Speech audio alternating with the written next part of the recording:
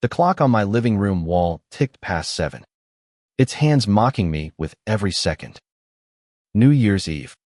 The one night when the city pulses with life. When champagne flows like rivers and fireworks paint the sky. And here I was. Grounded. Not by choice, mind you, but by my daughter, Emily. She called me earlier that day, her voice a whirlwind of apologies and urgency. Dad, I'm so sorry, but Mark's got a work emergency, and we can't find a sitter. Can you watch Lily tonight? Please. Her tone was desperate, and I could hear my 3-year-old granddaughter giggling in the background, oblivious to the chaos she was about to unleash on my plans. I sighed, glancing at the sleek, gold-embossed envelope on my coffee table. The invitation inside was no ordinary piece of paper. It was a ticket to the most exclusive New Year's Eve gala in the city, hosted by my old friend Victor at his penthouse overlooking the skyline. I'd spent weeks imagining myself there, mingling with artists, entrepreneurs, and maybe even a few celebrities, sipping vintage wine and toasting to a year well lived. At 70, I wasn't chasing youth, but I wasn't ready to fade into the background either. That invitation was my chance to feel alive, to remind myself that I was still Henry Whitaker, the man who'd built a career out of charm and grit. But Emily's plea had a pull stronger than any party. Of course, sweetheart, I'd said, trying to mask my disappointment. Bring Lily over. And just like that, my night of glamour was traded for a night of sippy cups and bedtime stories. I couldn't blame Emily. She was juggling a demanding job, a husband with an unpredictable schedule, and a toddler who seemed to have an endless supply of energy. But as I tucked the invitation back into its envelope, I felt a pang of resentment. Sharp and unfamiliar. Didn't I deserve one night to myself? Lily arrived at my doorstep an hour later, her tiny hand clutching a stuffed rabbit, her eyes wide with the kind of trust only a child can give. Emily rushed in, her coat half on, her words spilling out. Dad, you're a lifesaver. We'll be back by midnight. I promise. Lily's already eaten, and her pajamas are in the bag. Just keep her entertained.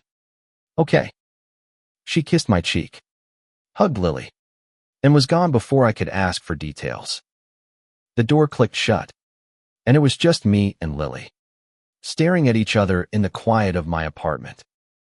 Grandpa, Lily chirped, toddling toward me with her arms outstretched. I scooped her up, her warmth softening the edges of my frustration. She smelled of baby shampoo and strawberries, and for a moment, I forgot about the gala. But as she settled onto the couch, clutching her rabbit and demanding a story, I couldn't help but glance at the clock again. 8 o'clock.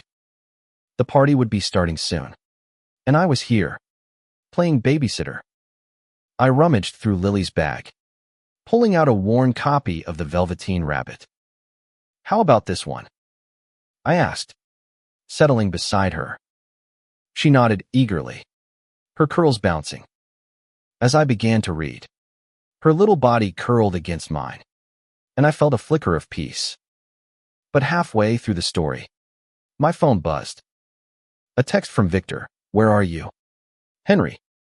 The party's heating up. You're missing out. My heart sank.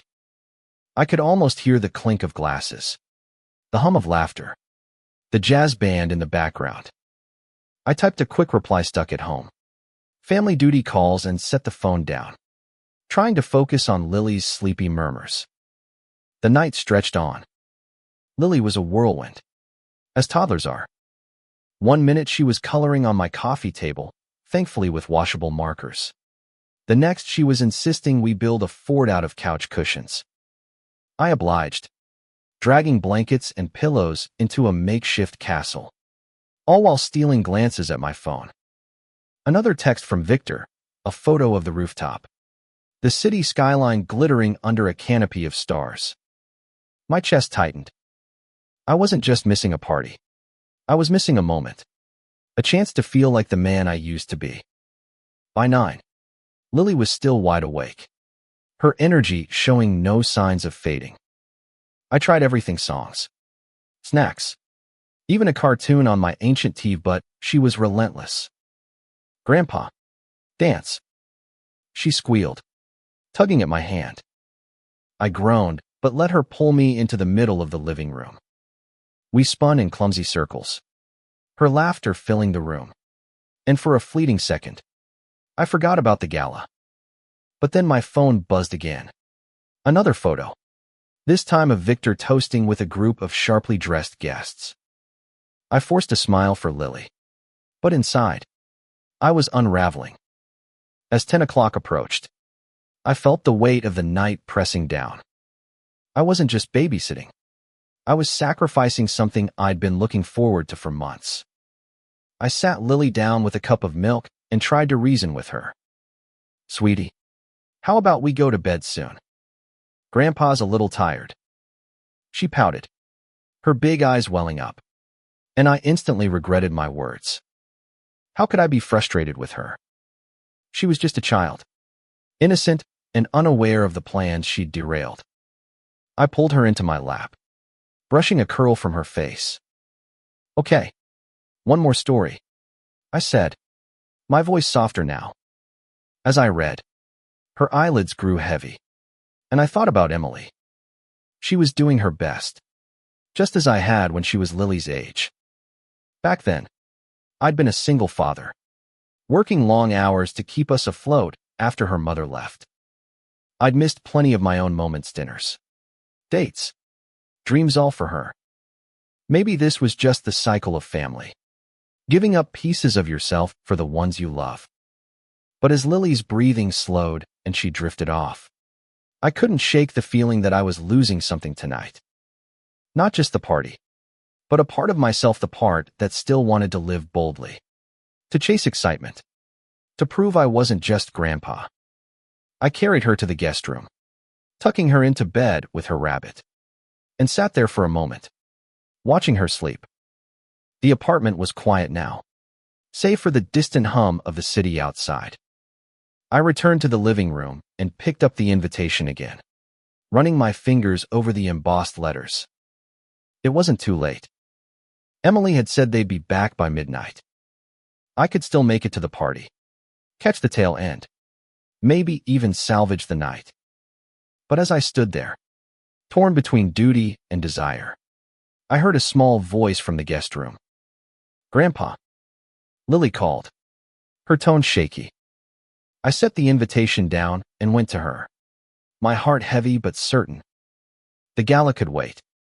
Lily couldn't. Lily was sitting up in bed, her tiny hands clutching the stuffed rabbit, her eyes wide with the kind of fear only a bad dream can spark. "Grandpa, the monsters," she whimpered, her voice trembling. I crossed the room in 2 strides and sat beside her, pulling her into my arms. The guest room was dim, lit only by a small lamp casting soft shadows on the walls. I could still hear the faint pulse of the city outside, a reminder of the night I was missing. But Lily's small, warm body against mine anchored me to this moment. "Shh, no monsters here," I whispered, stroking her hair. "Grandpa's got you." I rocked her gently, humming a tune I used to sing to Emily when she was this age. It was an old folk song, one my own mother had sung to me, about a river that carried dreams to the sea. Lily's breathing slowed, her grip on the rabbit loosening, but I could tell she wasn't ready to sleep again. Her eyes darted to the corners of the room, searching for shadows that weren't there. "Want to tell me about the monsters?"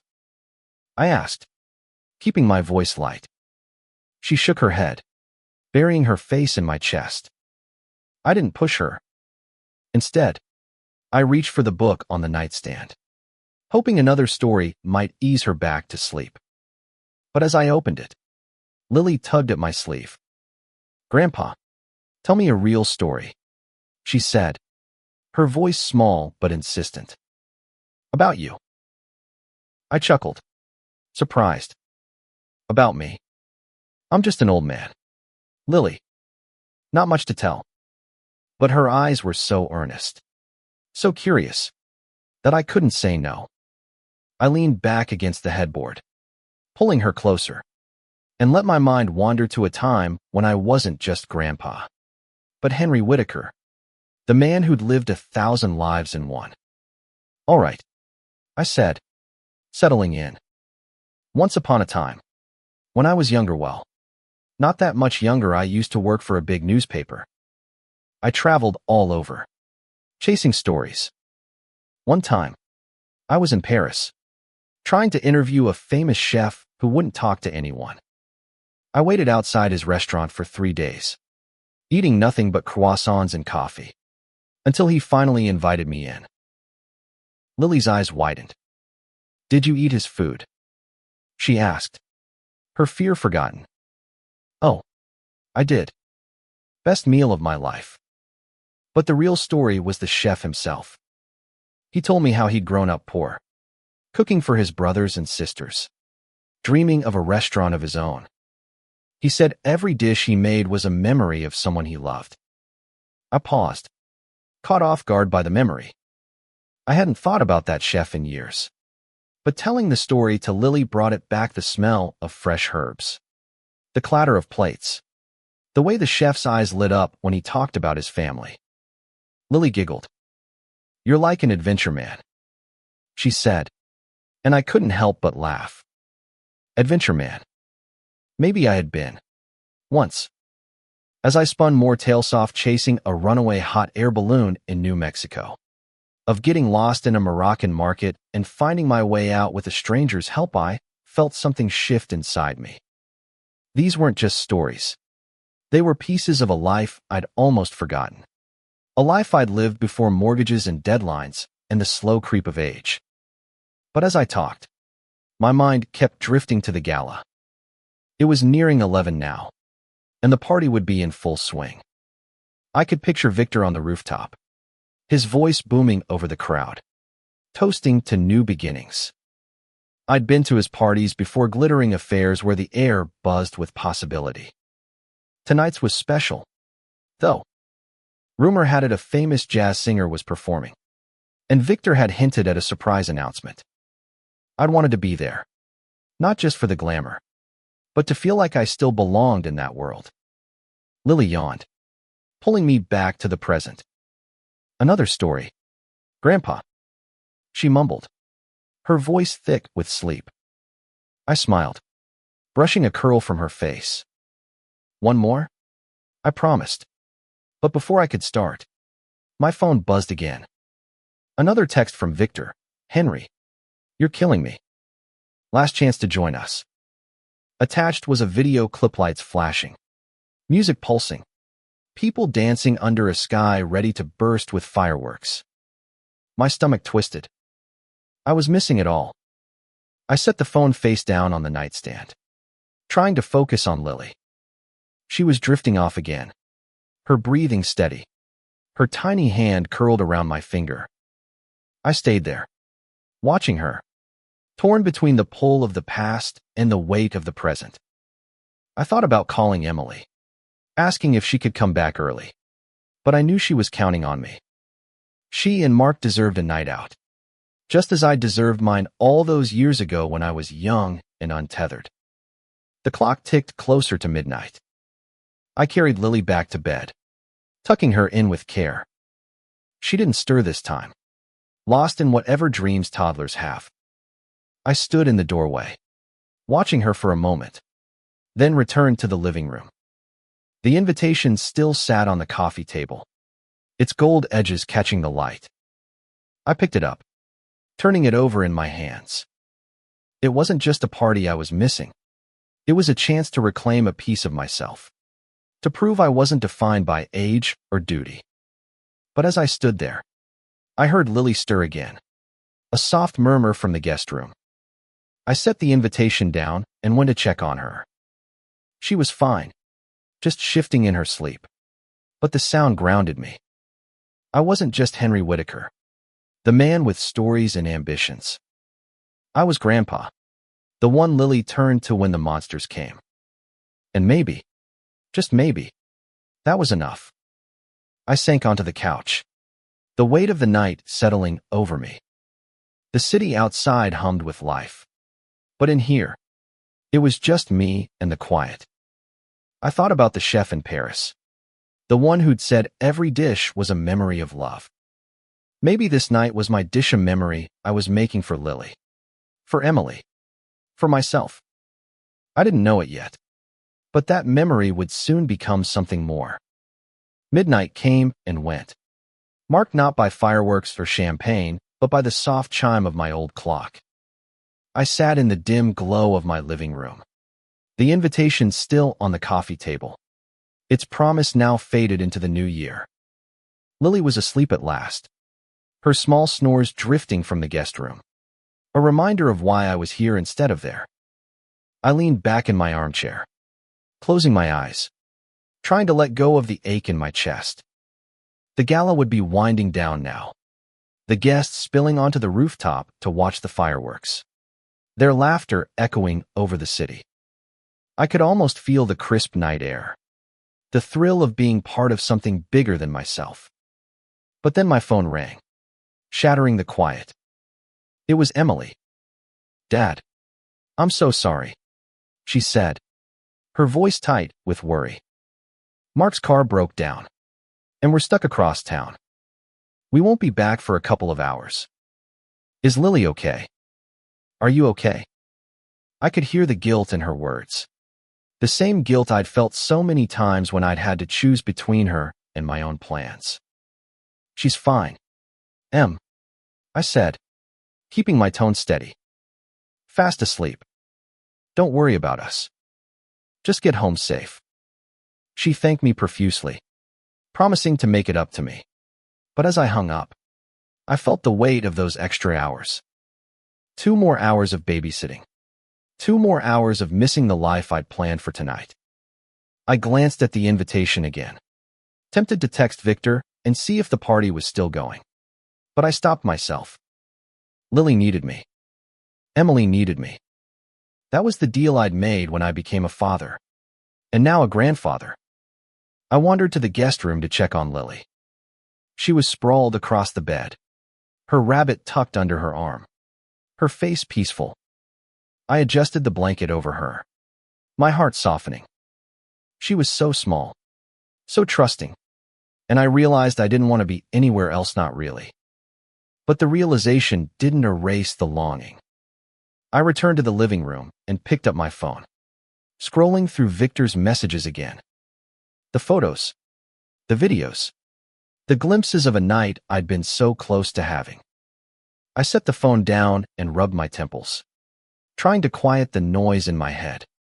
To distract myself, I started tidying up. Lily's crayons were scattered across the coffee table, her fort of cushions still standing in the corner. As I stacked the cushions, I found one of her drawings, some messy scribble of what looked like me.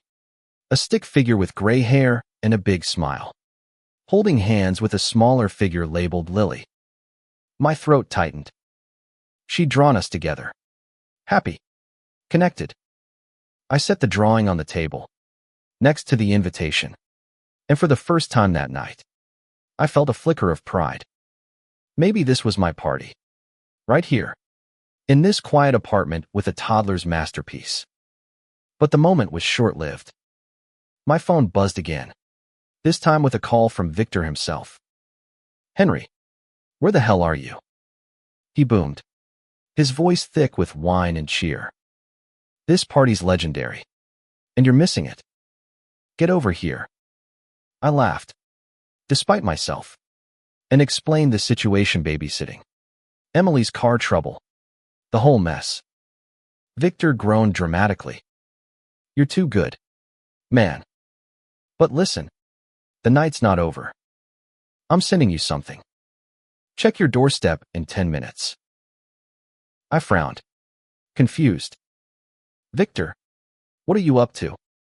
But he just laughed and hung up. I shook my head, wondering what kind of stunt he was pulling. Victor was known for his grand gestures once. He'd flown a client in from London just for a dinner meeting. Whatever he was sending, it was bound to be extravagant. I glanced at the clock, 12:45 a.m. Emily and Mark wouldn't be back for at least another hour. I checked on Lily again. She was still sound asleep, then sat by the window, watching the street below for any sign of Victor's surprise. 10 minutes later, there was a soft knock at my door. I opened it to find a delivery man holding a sleek black box tied with a gold ribbon. A note was tucked under the ribbon. In Victor's scrawled handwriting, "If you can't come to the party's coming to you.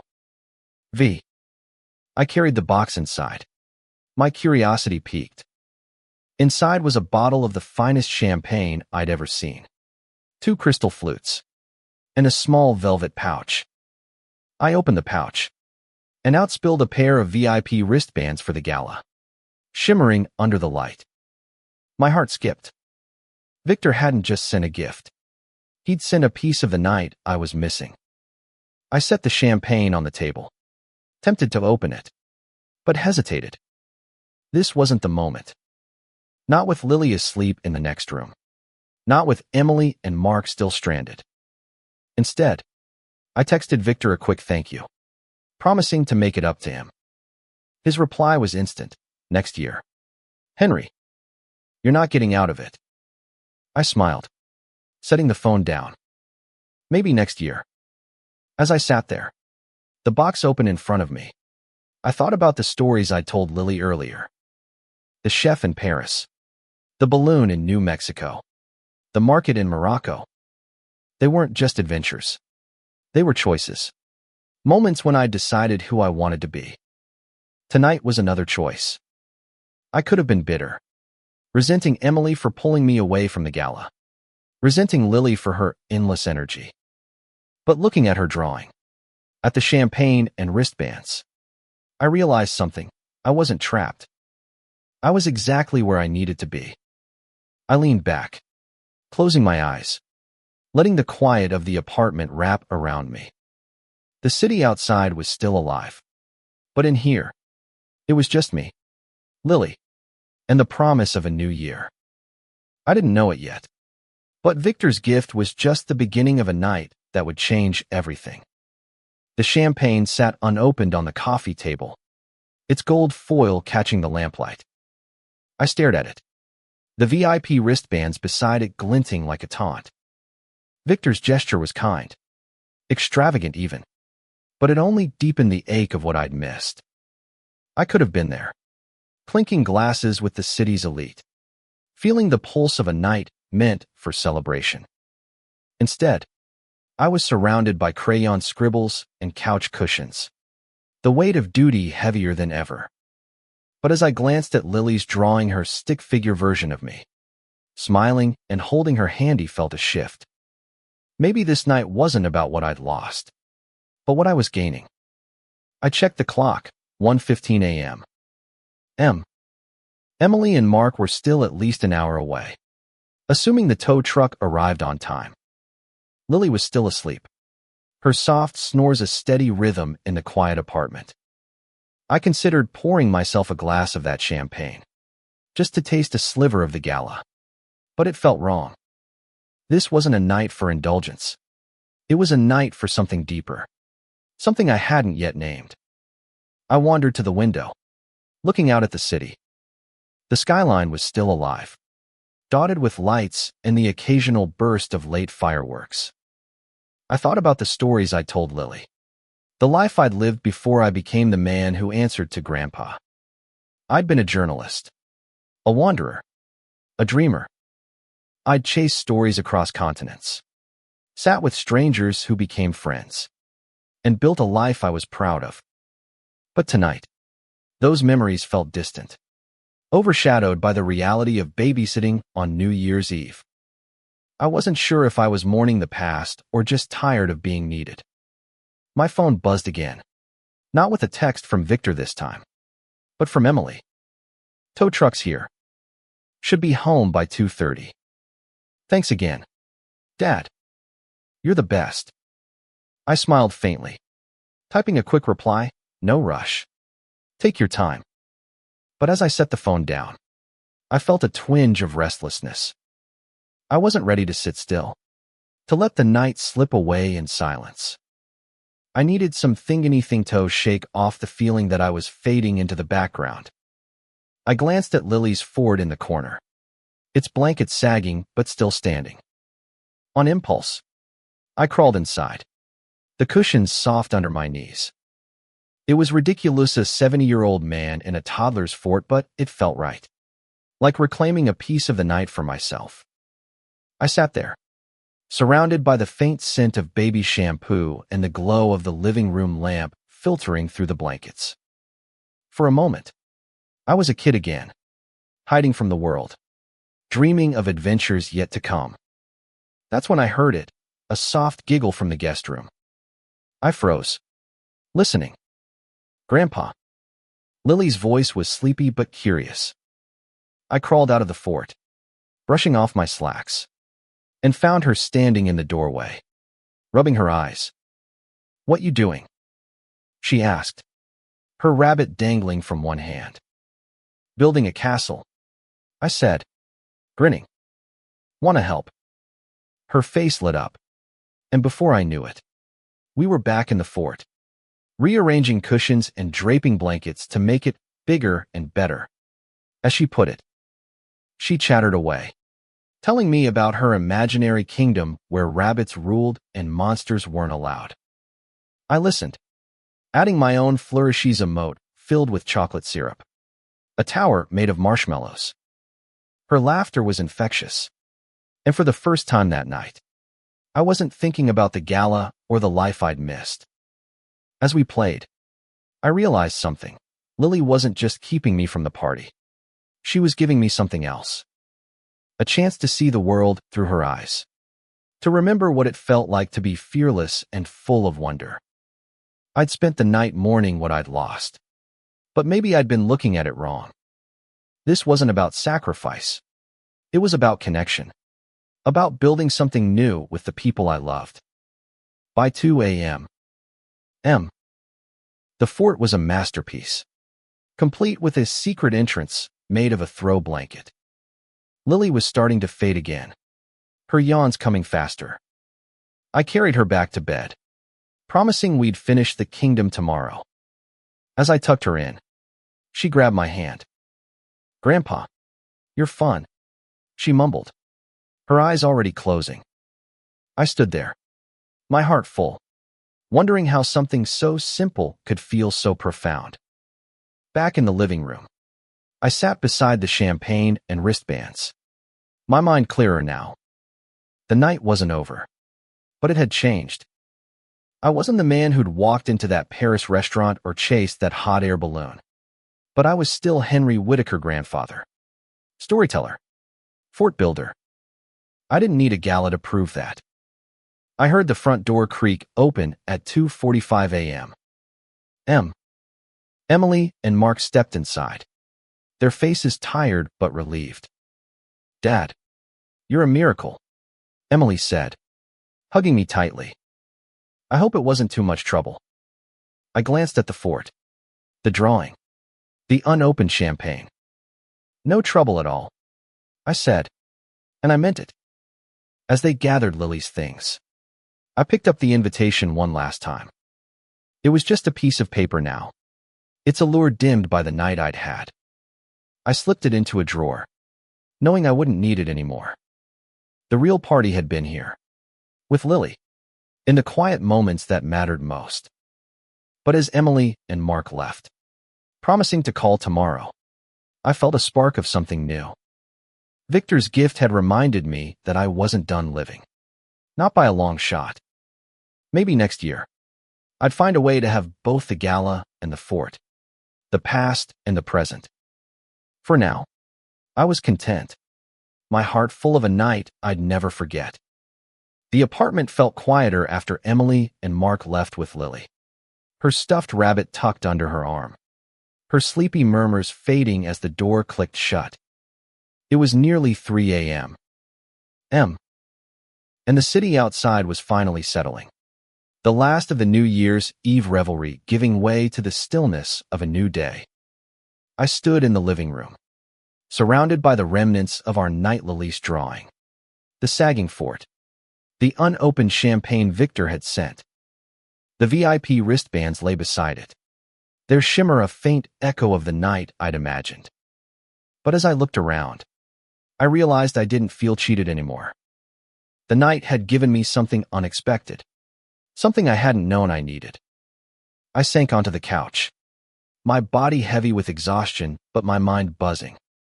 I thought about Lily's laughter, her insistence on building a bigger and better fort, the way she'd called me fun. At 70, I'd thought my days of being fun were behind me, reserved for the Henry Whitaker who'd chased stories and danced at galas. But tonight, I'd been someone else, someone who mattered to a 3-year-old in a way I hadn't anticipated. It wasn't the thrill of a rooftop party, but it was real, raw, and oddly grounding. I reached for Lily's drawing, tracing the uneven lines of her stick figure version of me. Her version of Grandpa was all smiles. No trace of the man who'd spent half the night pining for a party.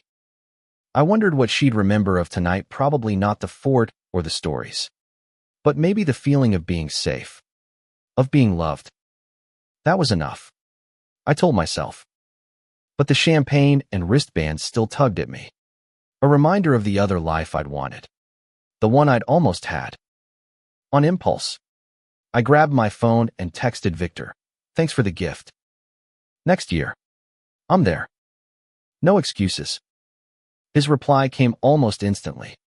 "Despite the hour, damn right you will be. Night's not the same without you."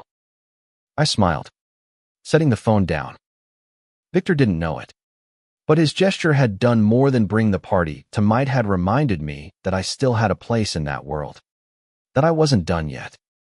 I leaned back, closing my eyes, letting the night replay in my mind.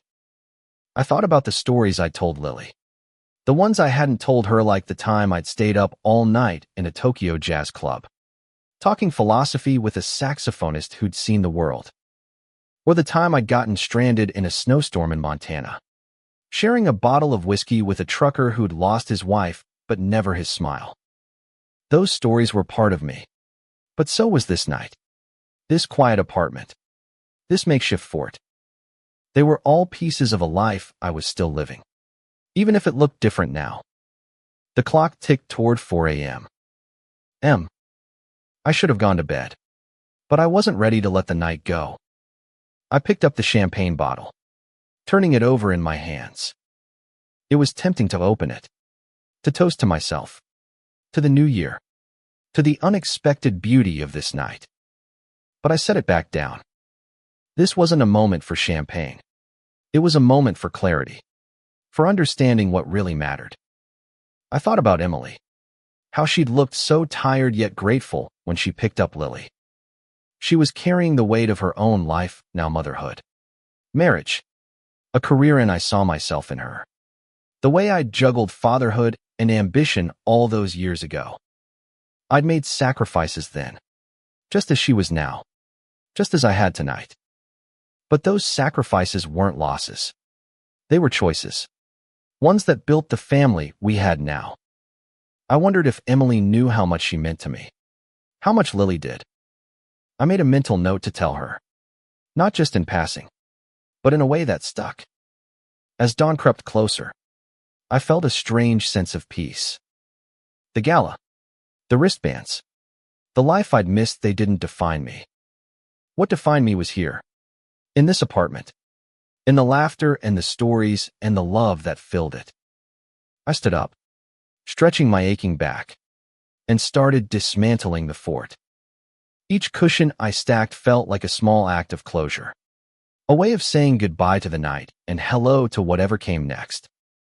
But as I folded the last blanket, my phone buzzed again. It was a voicemail from Victor, left just minutes ago. His voice was slurred with wine and excitement. "Henry, you won't believe this. The jazz singer. She dedicated a song to you. Said she remembered you from some interview you did years ago.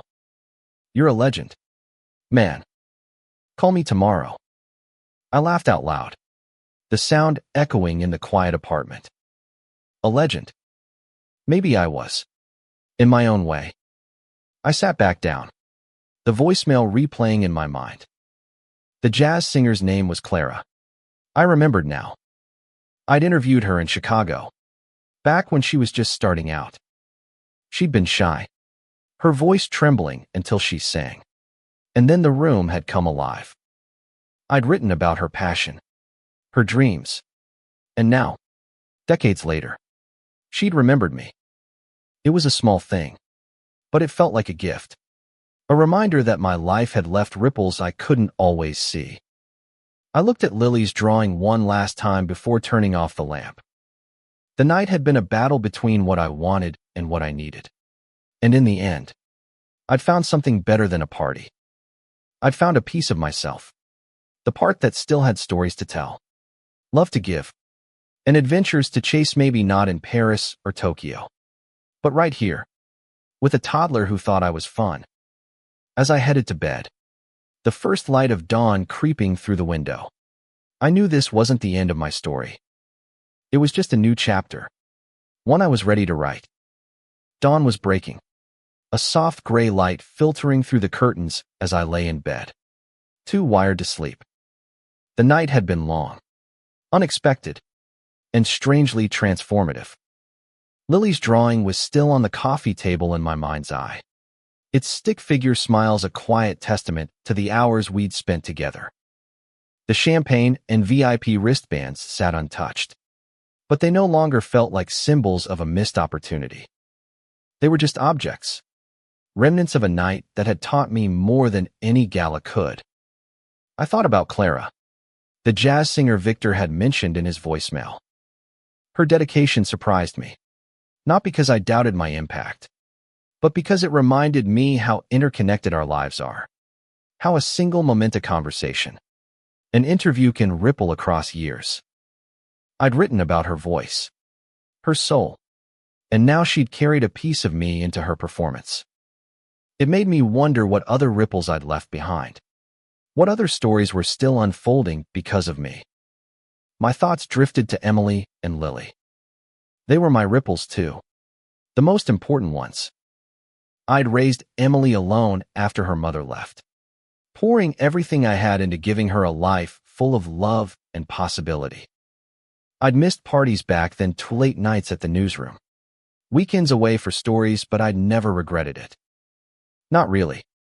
And yet, last night, I'd come close to resenting her for asking me to babysit. The realization stung. I'd let my longing for the gala cloud what mattered most. I got up, unable to lie still, and made a pot of coffee. The apartment smelled of it, rich and grounding, as I sat at the kitchen table, staring at the city waking up outside. It was January 1st, 2026. A new year, a fresh start. I felt it in my bones, not just the promise of resolutions, but the weight of clarity. Last night had forced me to confront who I was now, not just who I'd been. I wasn't the young journalist chasing headlines, nor was I just the grandfather tethered to duty.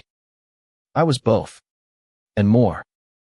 My phone buzzed with a text from Emily. "Dad, you're incredible. Lily keeps talking about your fort. Let's have dinner tonight." My treat. I smiled, typing back, "Sounds perfect. Bring Lily. I've got more stories." I meant it. I wanted to tell Lily about the time I'd danced under the stars in Havana, or the night I'd spent in a lighthouse during a storm. I wanted her to know the man I'd been, not just the grandpa who built forts. As the coffee cooled, I thought about Victor's party. I could have been there, basking in the glow of recognition, but I'd chosen Lily. And in choosing her, I'd chosen myself, the version of me that valued love over glamour, connection over applause. But I wasn't ready to fade into the background entirely. Victor's gift had reminded me that I still had a spark, a hunger for life that age couldn't dim. I made a mental note to call him later, to plan for next year's gala, to find a way to balance both worlds. By 7 a.m., M. The city was fully awake. Cars honking below. The hum of life picking up speed. I felt a surge of energy. A need to do something with this newfound clarity. I grabbed a notebook from my desk, one I hadn't touched in years, and started writing. Not a story for a newspaper, but something for Lilia Letter. A collection of memories. The adventures I'd lived and the lessons they'd taught me. I wrote about the chef in Paris, the saxophonist in Tokyo, the trucker in Montana. I wrote about the nights I'd stayed up with Emily, soothing her fears, just as I'd done for Lily last night. I wrote about love, sacrifice, and the courage it takes to keep living, even when the world pulls you in 100 directions. The words flowed, each one a piece of me, a gift for Lily to read when she was older. I wanted her to know that life wasn't about the parties you attended or the invitations you held. It was about the moments you chose to show up for, the people you chose to love. I wrote until my hand cramped, until the pages were filled with stories I hadn't realized I needed to tell. When I finally stopped, the sun was high, casting warm light across the apartment. I felt lighter, as if I'd shed the weight of last night's regrets. I looked at the champagne bottle, still unopened, and decided to save it for tonight's dinner with Emily and Lily. We'd toast to the new year, to family, to the stories we were still writing together. I stood up, stretching, and glanced at Lily's drawing one last time. It was more than a child's scribble now. It was a mirror, showing me who I was and who I could still be. I wasn't trapped. Not by Emily. Not by Lily. Not by age. I was free to choose. To love. To live. And as I headed to the shower, ready to face the day, I knew this was only the beginning. The afternoon sun streamed through my apartment windows, warming the room as I prepared for dinner with Emily and Lily. I'd spent the morning writing, the notebook now filled with pages of stories for Lily, each one a thread connecting my past to her future. The act of writing had been cathartic, like unearthing treasures I'd buried long ago. I felt alive, purposeful, as if last night's quiet hours had unlocked something inside me. The champagne bottle and VIP wristbands still sat on the coffee table, but they no longer held me hostage. They were just props in a story I was still telling. I called Victor around noon, catching him just as he was waking up from what sounded like a legendary night. "Henry, you missed a hell of a party," he said, his voice hoarse but warm. "But that champagne, it's the good stuff. Save it for something special." I laughed, promising to do just that, and told him about Lily, the fort, the way the night had unfolded. He listened, quieter than usual, then said, "You're a better man than me, Henry. Most guys would have ditched the kid for a shot at that rooftop." "Nah," I said, brushing it off.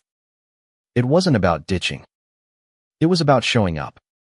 He chuckled, promising to save me a spot at next year's gala, and we hung up with plans to grab coffee soon.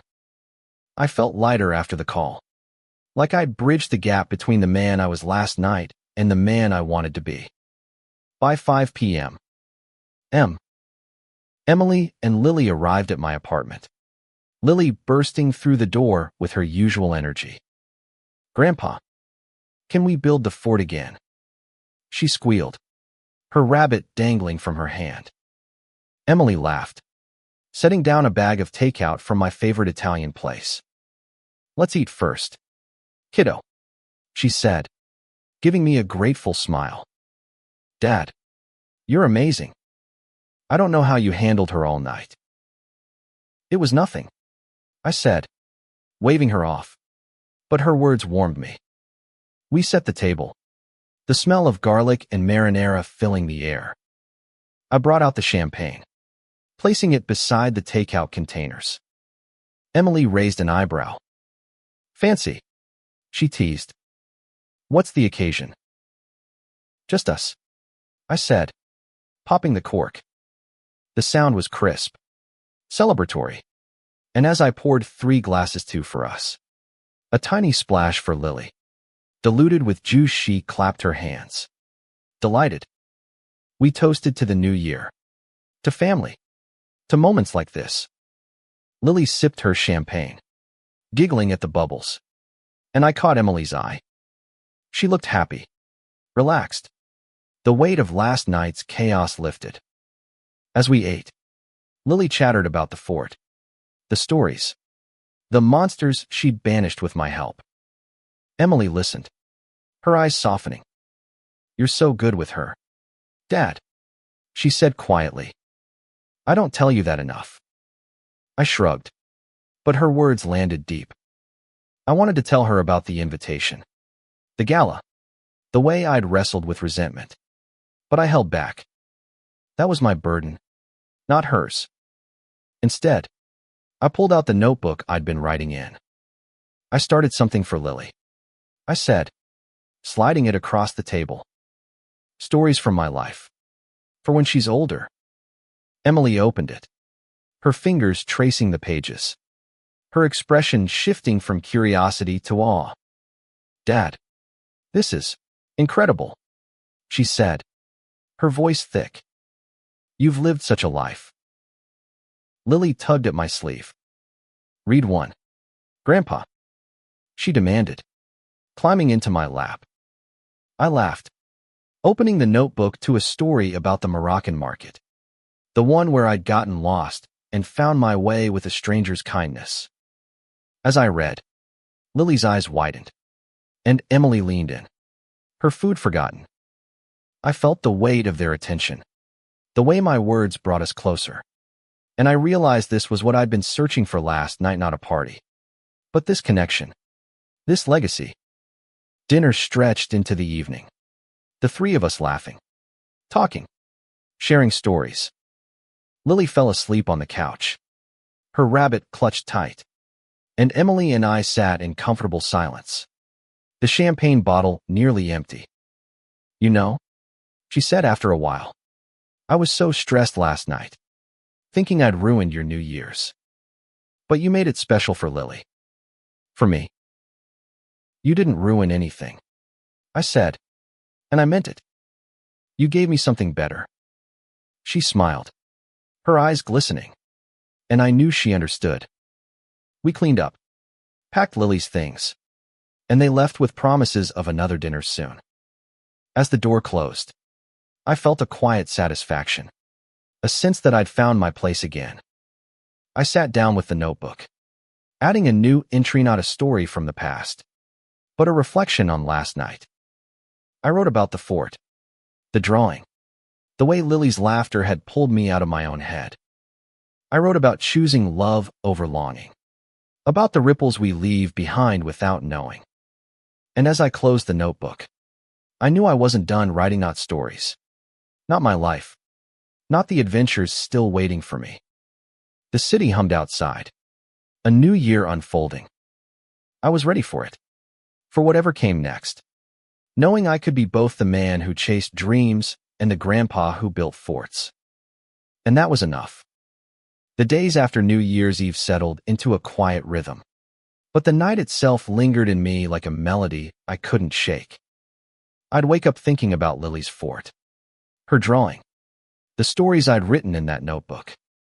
The champagne bottle was empty now, the VIP wristbands tucked away with the invitation.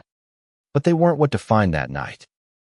It was the choice I'd made to stay, to be there for Lily, to find meaning in the small moments. That choice had changed me, though I was still figuring out how. I started carrying the notebook everywhere, jotting down memories whenever they surfaced.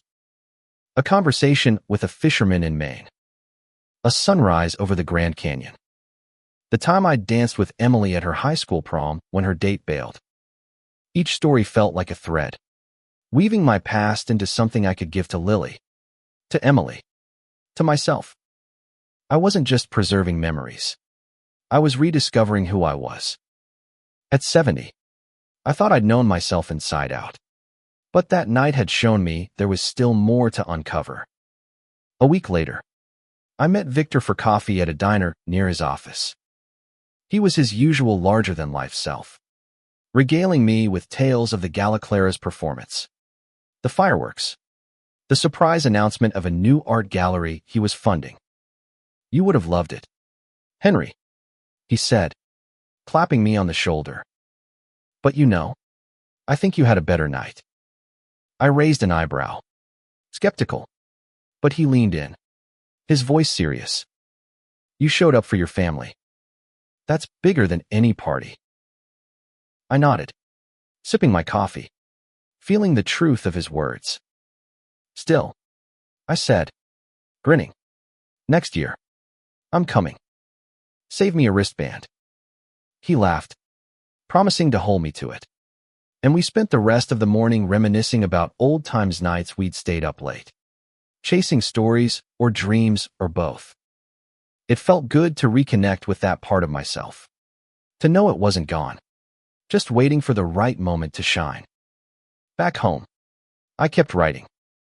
The notebook was nearly full now, a tapestry of my life in ink. I wrote about the gala I'd missed, not with bitterness, but with gratitude for what I'd gained instead. I wrote about Lily's trust, Emily's gratitude, the way a single night had reminded me of what mattered. I even wrote about Clara, the jazz singer, and the unexpected gift of her dedication.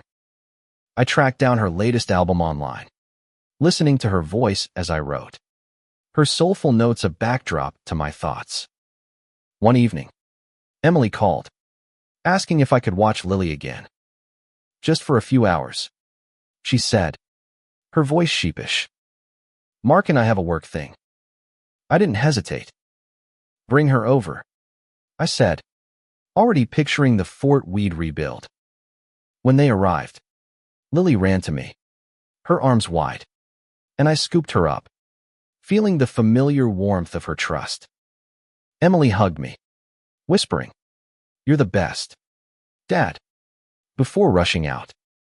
Lily and I got to work, dragging cushions and blankets into the living room. "Bigger this time," she declared, and I laughed, letting her lead. As we built, I told her a new story about the lighthouse in the storm, how the keeper had shared his coffee and his courage. She listened, wide-eyed, then told me her own story, a jumbled tale of rabbits and castles and a grandpa who could do anything. I wrote it down later, adding it to the notebook, her words a reminder that this was a two-way legacy. When Emily picked Lily up, she noticed the notebook on the table. "Still writing?" she asked, flipping through it. Her eyes softened as she read, and she looked at me with something like wonder. "Dad, you should publish this. For Lily. For all of us." I brushed it off, embarrassed, but the idea stuck. Maybe I would. Not for fame, but for them, for the ripples I wanted to leave behind. As winter turned to spring, I found a new rhythm. I wrote. I babysat. I planned coffee dates with Victor and dinners with Emily and Lily. I even started looking into local writing groups, places where I could share my stories and hear others. I wasn't chasing the past anymore, nor was I tethered to the present. I was living in both, balancing the man who'd chased adventures with the man who built forts. One night, as I sat with the notebook, I wrote a final entry for Lily. It wasn't a story from my past, but a letter to her future self. I told her about New Year's Eve, about the invitation I'd held and the choice I'd made. I told her that life was full of invitations, some to parties, some to moments that matter more. I told her to choose the ones that make her heart full, the ones that leave ripples. And I told her I'd always be there, in forts or stories or the quiet moments when she needed me. I closed the notebook, the city humming outside. The gala was a memory I hadn't lived. But this life, this love was the real celebration. And I was ready for whatever invitations came next.